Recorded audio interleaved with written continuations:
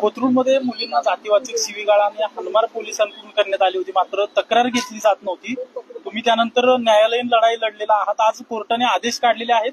नेमकं काय आदेश आहेत आणि कोणाकोणावर गुन्हे दाखल झाले? आम्ही सुरुवातीपासूनच सांगत होतो की अॅट्रॉसिटी ऍक्टच्या 18 अंतर्गत त्या ज्या पोलीस स्टेशनच्या ज्युरिस्डिक्शन मध्ये अॅट्रॉसिटी ऍक्ट अंतर्गत एखादा गुन्हा घडतो तो पोलिसांनी FIR करणं मस्ट आहे, असं पहिल्या दिवसापासून आम्ही सांगत होतो. आम्ही त्याच्यानंतर पोलिसांनी गुन्हा दाखल केला नाही. सिनियर PI जे असतील कोथरूड पोलीस स्टेशनमध्ये गुन्हा दाखल झाला नाही, तशी फिर्याद आम्ही त्यांना दिली होती. त्यानंतर CP साहेबांच्या ऑफिसमध्ये सुद्धा आम्ही रात्री 3 तारखेला रात्री सकाळी 11 वाजल्यापासून तर रात्री 3:30 वाजेपर्यंत केवळ FIR दाखल करा अशी आम्ही विनंती करत होतो, तरी त्यांनी केली नाही. त्याच्यानंतर आम्ही 28 ऑगस्ट 2025 ला माननीय शिवाजीनगर पुणे येथील सेशन कोर्टासमोर BNSS सेक्शन 175(3) अंतर्गत एक प्रायव्हेट कंप्लेंट दाखल केली.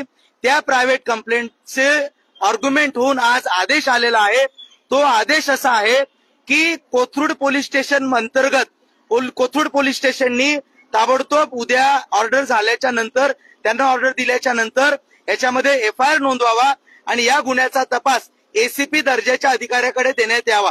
या गुन्ह्यामध्ये जे काही आरोपी असणार आहेत ते श्री अमोल कामटे, सहाय्यक पोलीस निरीक्षक, Satara police station, Chhatrapati Sambhajinagar, Shrimati Sanjivani Shinde, police constable, Satara police station, Chhatrapati Sambhajinagar, Dhananjay Sanap, police अधिकारी, सायबर विभाग, Satara police station, Chhatrapati Sambhajinagar, Vinod Pardeshi, police हवालदार, सातारा पोलीस स्टेशन, छत्रपती संभाजीनगर. त्याचप्रमाणे प्रेमा पाटील, कोथरूड पोलीस स्टेशनच्या सहाय्यक पोलीस निरीक्षक, त्याचप्रमाणे श्रुती कडणे, कोथरूड पोलीस स्टेशनच्या मपोशे आणि त्या पीडित मुलीचे जे सासरे आहेत निवृत्त पोलीस कर्मचारी सकाराम सानप आणि श्रीमती प्रेमा पाटील यांची मैत्रीण, त्यांचं नाव माहित नाही, अशा 8 आरोपींवरती या ठिकाणी भारतीय न्याय संहिता section 310 subclause 2, 140 subclause 3, 74, section 333, section 62, section 115(2), section 352, section 351(3), section 3(5), त्याचप्रमाणे अनुसूचित जाती आणि अनुसूचित जमाती अत्याचार प्रतिबंधक कायदा 1989 चे कलम 31R, 31S, 31W, रोमन मध्ये 1, रोमन मध्ये 2, तसेच कलम 18 हे सेक्शन अॅट्रॉसिटी ऍक्ट. त्याचप्रमाणे न्यायालय अवमान अधिनियम 1971 कलम 12 या एवढ्या सेक्शन अंतर्गत या ठिकाणी FIR दाखल व्हावा असं मेहरबान न्यायालयाने या ठिकाणी आदेश दिलेला आहे. म्हणून आमचा पहिल्या दिवसापासून सांगतो की भारतीय न्याय व्यवस्थेवर आमचा पूर्णपणे विश्वास आहे. आज आमचा विजय या ठिकाणी झालेला आहे. भारतीय संविधानाचा विजय, भारतीय संविधानाचा विजय. तुम्ही या सगळ्या संपूर्ण प्रकरणात अगदी पहिल्यापासून होतात, थोडक्यात ते प्रकरण सांगा, नेमकं काय झालं होतं त्या रात्री, आणि या संपूर्ण प्रकरणात पुणे पोलिसांनी जर योग्य वेळेला कारवाई केली असती तर कदाचित आज ही वेळ आली नसती का? तो फक्त एक नरेशन. आणि दुसरे की कोणकोणते गुन्हे दाखल झालेत आपल्याला पाहणाऱ्या लोकांना कळावं की कोणकोणते. सगळ्यातला मॅटर जो आहे ना तो थोडा समराईज करा. येस. सो अगदी सुरुवातीपासून या सगळ्या प्रकरणामध्ये सर्व मीडियानी आणि तुम्ही सर्वांनी आम्हाला जी साथ दिलेली आहे, एक पीडित महिला संभाजीनगरवरनं इथे येते, मदत मागण्यासाठी येते आणि तिला मदत करणाऱ्या 3 मुलींना अत्यंत अमानुष पद्धतीने त्यांनी फक्त तिला मदत केली एवढाच एक म्हणजे त्यांचा गुन्हा ठरवला जातो, अपराध ठरवला जातो आणि त्या बेसिसवरती त्यांच्यासोबत म्हणजे अगदी त्यांच्या घरात घुसणं असेल, त्यांचे कपाटं उघडून त्यांचे अंडरगार्मेंट्स ठेवलेले ड्रॉअर ओपन करणं असेल किंवा मग त्यांना पोलीस स्टेशनमध्ये घेऊन जाणं असेल, त्यांच्या अंगाला म्हणजे खूप अगदी अमानुष पद्धतीने घृणास्पद पद्धतीने हात लावण्यासारखा प्रकार केलेला असेल. अगदी म्हणजे जेव्हा या मुली थोड्याशा शांत झाल्या आणि मी त्यांच्याशी बोलण्याचा प्रयत्न केला, हे सगळे अलिगेशन्स आपल्या मेन म्हणजे पिटिशनच्या कॉपीमध्ये आलेले आहेत, जे आता कदाचित FIRचा सुद्धा पुढे जाऊन भाग बनतील. तर ज्या पद्धतीने काय लुसलुशीत माल आहे अशा पद्धतीने त्यांच्यावरती काय टीका म्हणजे टिप्पणी केल्या गेलेली आहे, हे सर्व म्हणजे जे काही त्यांच्यासोबत घडलेलं आहे या सर्व प्रकारानंतर आम्ही कोथरूड पोलीस स्टेशनमध्ये आमचा ह्या सगळ्या प्रकरणात सुद्धा न्यायालयीन पद्धतीने किंवा एक जो सेट रूल ऑफ लॉ आहे, ड्यू प्रोसेस ऑफ लॉ आहे, त्या ड्यू प्रोसेस ऑफ लॉनी सगळ्या गोष्टी घडाव्यात म्हणून आम्ही पहिले पोलीस स्टेशनमध्ये गेलो. तिथे आम्हाला दाद मिळाली नाही म्हणून आम्हाला नाईलाजाने मेहरबान सीपी साहेबांच्या ऑफिसमध्ये जाऊन त्यांना भेटण्याचा प्रयत्न करावा लागला. पण तिथे सुद्धा मेहरबान सीपी साहेबांनी आम्हाला भेटण्यासाठी वेळ दिला नाही, जे अत्यंत दुर्दैवी होतं. त्या दिवशी रात्री जो काही प्रकार घडला, दिवसभर रादर जो काही प्रकार घडत होता, त्या सगळ्या गोष्टींसाठी आपण साक्षीदार आहात. ते सुद्धा आपण सगळ्यांनी बघितलं. नाईलाजाने मग आम्हाला 175(3) खाली इथे मेहरबान शिवाजीनगर कोर्टामध्ये जे आपले विशेष हे आहेत, अॅट्रॉसिटी ऍक्टच्या अंतर्गत विशेष कोर्ट जे प्रस्थापित झालेले आहेत, त्या विशेष कोर्टात आम्ही इथे आमचा दावा दाखल केलेला होता.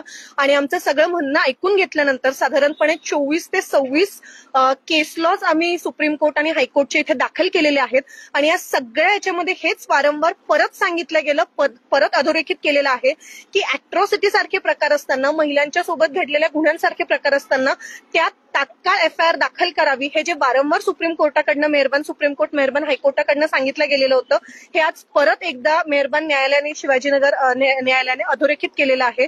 आणि जे सुरुवातीपासून आम्ही म्हणत होतो की आमचा या न्याय व्यवस्थेवरती आणि आमच्या संविधानावरती, आमच्या लोकशाहीवरती अढळ विश्वास आहे, तो विश्वास आज परत अढळ करण्याचं काम या निकालाने केलेलं आहे, असं आम्हाला सगळ्यांना मनापासून वाटतं. एक फक्त मी हे सांगेल, याच्यामध्ये किती लोकांवर गुन्हे दाखल झालेत आणि कोणते कोणते गुन्हे आहेत? 8 लोकांच्या विरोधात गुन्हे दाखल करण्याची ऑर्डर.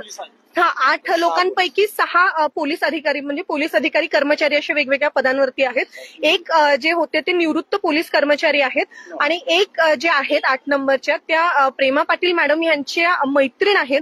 आम्हाला हे नक्की माहित नाही, त्या सिव्हिल ड्रेसवरती असल्यामुळे त्या दिवशी त्या खरं पोलीस कर्मचारी आहेत का त्यांच्या मैत्रीण आहेत सर्व्हिसच्या बाहेरच्या, ह्याची आम्हाला अजून आमच्याकडे खात्रीशीर माहिती नाहीये. पण त्याच्यामुळे 6 खात्रीशीररित्या पोलीस अधिकारी आहेत आणि 2 विदाऊट पोलीस आहेत. गुन्हे याच्यामध्ये सगळ्यात प्रामुख्याने तो आहे 354चा महिलेचा विनयभंग करण्याचा जो काही त्यांनी प्रयत्न केलेला आहे. अॅट्रॉसिटीच्या अंतर्गतही त्या महिला SC/ST कॅटेगरीत येत असल्यामुळे 354 आणि अॅट्रॉसिटी मधला तो 354 असा त्याच्यामध्ये प्रायमरी तो हे केलेला आहे. त्याच्यातला एक अत्यंत महत्वाचा इन्ग्रेडियंट जो होता, जो त्या मुली शांत झाल्यानंतर जेव्हा त्यांच्याशी आम्ही वेगवेगळ्या माध्यमातून बोलण्याचा प्रयत्न केला, जेव्हा तो समोर आला, तो म्हणजे त्या मुलींच्या घरातनं काही मौल्यवान वस्तू देखील मिसिंग असल्याचं आमच्या नंतर लक्षात आलं. त्या मुलीनंतर जेव्हा काही काळानंतर त्यांच्या घरी जाऊन त्या घरातली सगळी त्यांनी हे केलं, तर त्याच्यामध्ये डकैतीचा सुद्धा गुन्ह्याचा आम्ही हे करावा असं आम्ही हे केलेलं होतं. किडनॅपिंगचं सुद्धा आम्ही सेक्शन त्याच्यामध्ये हे केलेलं होतं. हाऊस ट्रेसपासिंग म्हणजे अवैध पद्धतीने किंवा कुठलीही परवानगी नसताना, कुठलाही परवाना नसताना किंवा तसे कागदपत्र सादर न करता, त्या मुलींना न दाखवता, त्यांना त्याच्याबद्दल न कळवता त्यांच्या घरात घुसणं म्हणजे हाऊस ट्रेसपासिंग.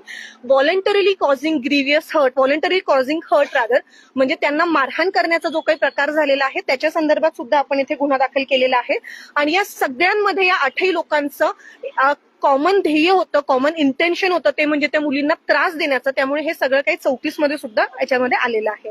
सो यामध्ये फक्त एक मिनिट हे सांगू इच्छितो की या प्रकरणात आम्हाला डे 1 पासून आदरणीय ऍडव्होकेट बाळासाहेब आंबेडकरांनी DCP संभाजी कदम साहेबांना फोन सुद्धा केलेला होता की FIR नोंदवा म्हणून, तरीही FIR नोंदवला नव्हता.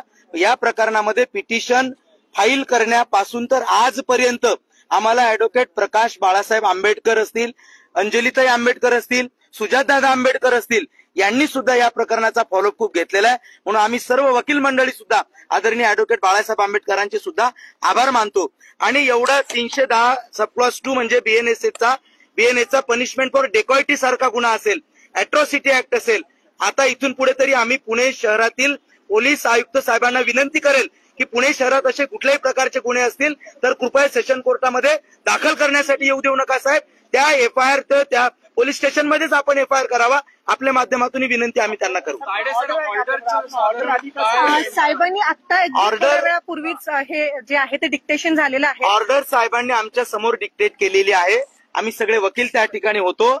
तर उद्या दुपारपर्यंत ती ऑर्डर अपलोड होईल. उद्या दुपारी आमच्या ताब्यात ती ऑर्डर येईल. आम्ही सर्व पत्रकार मंडळींना उद्या दुपारी ती ऑर्डर आम्ही आपल्याला पाठवू. जितक्या लवकर आमच्या मेहरबान HK भालेराव साहेब हे कोर्टाचं नाव आहे, स्पेशल कोर्ट फॉर अॅट्रॉसिटी. भारतीय संविधानाचा विजय.